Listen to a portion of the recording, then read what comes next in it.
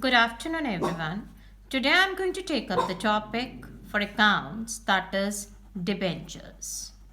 Now, my dear students, what is debenture? Debenture होता क्या?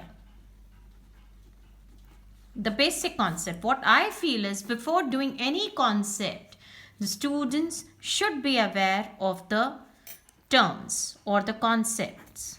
Now, you must have heard about. See, I'll tell you from the very basic. There are two types of funds. Funds दो type के होते हैं. Funds दो type के हैं. That is own funds and borrowed funds.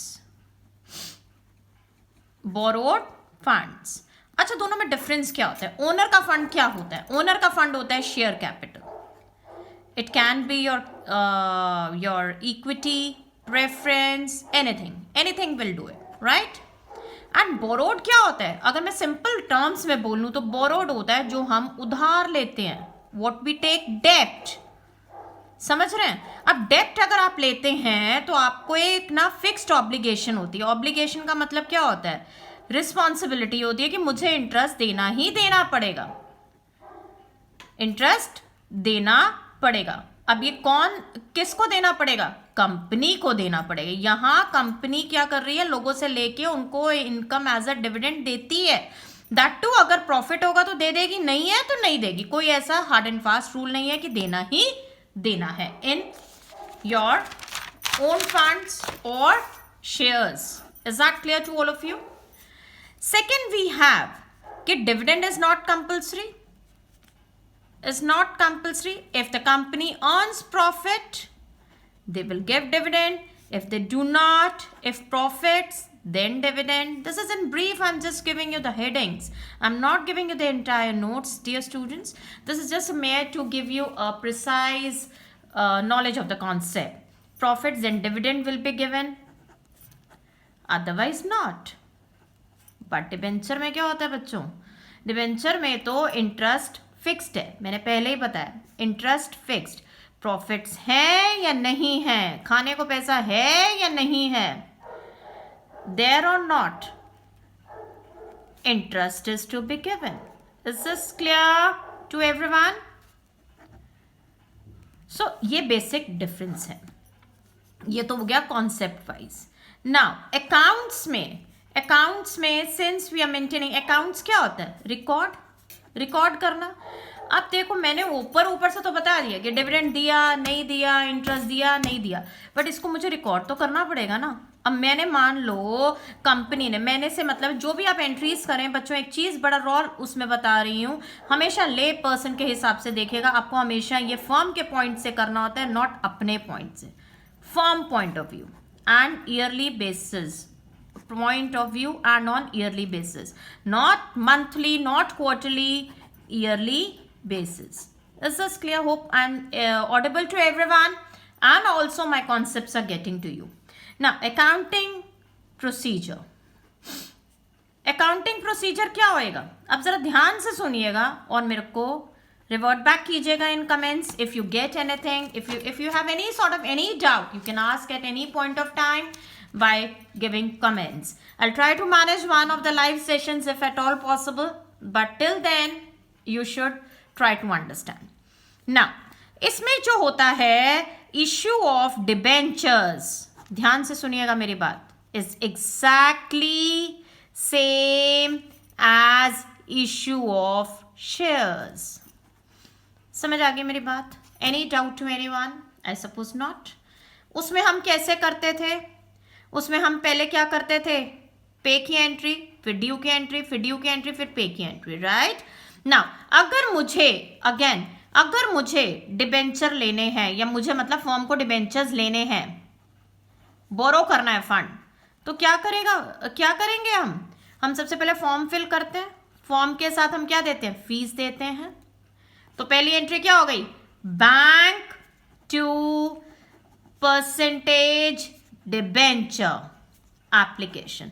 No my question, अच्छा चलो, I take down the things later on. ये तो हो गई हमारी पेमेंट की. जो फर्स्ट, हमेशा ये याद रखिएगा, अगेन पहले एप्लीकेशन, फिर अलॉटमेंट, फिर फर्स्ट कॉल, फिर सेकंड कॉल, जैसे हमने पहले शेयर्स में किया है, इफ यू रिमेंबर, राइट। अच्छा, दो दो एंट्रीज का सेट होता है, ये भी बेसिक है, तभी मैंने कहा कि वो शेयर्स की तरह ही होता है बिल्कुल। Percentage debenture application to percentage debenture, थोड़ा सा दिमाग लगाना। आप लोगों ने शेयर की जगह डिबेंचर लिख दिया, शेयर कैपिटल लिखते थे, इसमें आपने डिबेंचर लिख दिया, वो तो समझ आ गया होगा। दूसरा, उसमें हम लिखते थे परसेंटेज, उसमें हम क्या लिखते थे, share equity share application to equity share capital, but इसमें हम लिख रहे हैं डिबेंचर। डिबेंचर क्या है? आपकी लायबिलिटी है, याद रखिए, इसलिए इसको हम क्रेडिट बैलेंस में दिखाते हैं, नॉट एज कैपिटल, क्योंकि कैपिटल तो है नहीं मेरी। कैपिटल तो किसकी होती है? शेयर कैपिटल भी बंदे की अपनी कैपिटल, ये तो मैंने बोरो किया हुआ है, तो borrow is not my capital, that is why we denoted it as debenture, not as percentage debenture capital. कई बार ये क्वेश्चन आ जाता है बच्चों को कि हम इसमें डिबेंचर कैपिटल क्यों नहीं लिखते, इसलिए नहीं लिखते क्योंकि हमारी अपनी नहीं है, हमने वापस करनी है, बोरोड फंड है। Now, this is for application. Hopefully it is clear. Then comes your allotment. Allotment में क्या होगा बेटा? Again due. अब जैसे किसी ने स्कूल में एडमिशन ले लिया तो उसके बाद उसको फीस का पहले नोटिस आता है ना, तो percentage debenture allotment to percentage debenture, again आपको ड्यू का नोटिस मिल गया। अब जब मैंने आपको ड्यू का नोटिस दे दिया तो आप पेमेंट दोगे ना मेरे को, बैंक जब पेमेंट आनी है तो बैंक की एंट्री आ जानी है, debenture allotment. Hopefully this is clear till now. Next come first call. First call again the same, कैसे होगा? What will the concept for first call?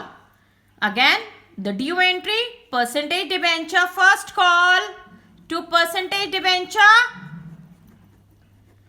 And bank to debenture first call. Any doubt till here you can always ask in the comment section. This is a basic of entries, basically accounting procedure, right? Next, second, I'll be taking two topics at one day. Now, debentures when issued at par. Issued at par तो वही है जो अभी मैंने पीछे आपको simple लिख के दिया, एंट्रीज ही करनी है, उसमें कुछ नहीं है. Now, this is the first, I'm so sorry, this is second, when debentures are issued at premium.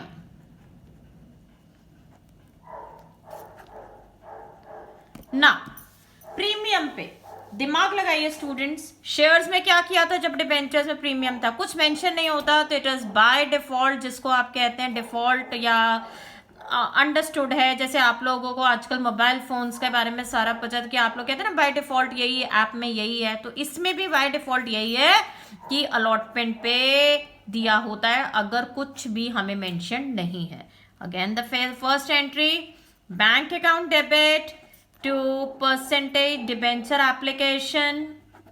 Percentage debenture application दो का सेट बनाना, बस याद रखना. एक ही एंट्री करी तो आपका सम गलत होगा और आपको नीचे नरेशंस लिखनी है, which I will be telling you in the letter sessions कि how to write a narration और whatsoever. Percentage debenture allotment to percentage debenture. अब अलॉटमेंट के ड्यू हमेशा याद रखिएगा बाइफर्केशन. बाइफर्केशन मतलब बटना, क्योंकि बैंक की एंट्री में तो होता है पूरा अमाउंट आया, बाइफर्केशन हमेशा ड्यू की एंट्री में होता है, याद रखिए बच्चों. Debenture allotment to percentage debenture to security premium या debenture allotment premium, debenture premium, कुछ भी लिख सकते हैं. उसके बाद bank to percentage debenture allotment. Any doubt till here? उसके बाद फर्स्ट कॉल की entry as it is we have done and second call की entry we have completed.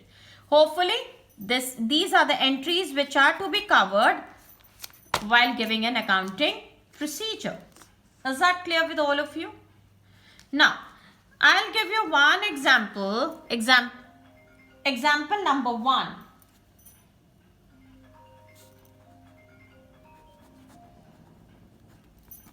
For debentures, suppose company issued debentures 2000 of 2000 12% debenture. ये जो 12% दिया होता है ना बच्चों, ये इंटरेस्ट रेट होता है, इससे कंफ्यूज नहीं होना, ये नाम है डिबेंचर का।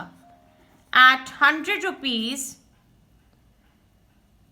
At 100 rupees let's say, right. So entry क्या बन जाएगी, bank account debit to percentage debenture application. कितना आएगा, कितना इश्यू किया, हमेशा इश्यूड से होता है 2 lakh, percentage debenture application to percentage debenture 2 lakh. Any doubt, this is your at par. At par का मतलब क्या है, 100 की चीज 100 में दी। Next comes second example. Suppose, अच्छा एक चीज और याद रखिएगा, हमेशा इश्यूड से ही हमने एंट्रीज करनी होती हैं। अगर प्रोराटा नहीं है तो, प्रोराटा आएगा तो फिर वो धीरे धीरे मैं बताती जाऊंगी, अभी आप पहले बेसिक देखिए। Issued 2000 of 12% debentures of 100 each at a premium of 50 rupees। अब आप देखिए रुपीज, राइट। 20 on application,